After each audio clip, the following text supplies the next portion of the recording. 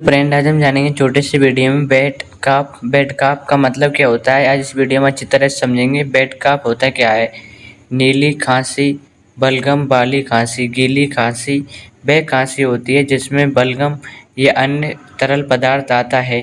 Example के साथ समझेंगे आज इसी को। Example 1, he has a bed cup from the cold in the अर्थ। उसे ठंड के कारण गीली खांसी हो रही है। एग्जाम्पल 2 इसी के साथ, wet cough can be a sign of infection in the earth. गीली खांसी संक्रमण का संकेत हो सकती है। मैं आशा करता हूँ ये शब्द आपके समझ में आ गया होगा। Please subscribe my YouTube channel.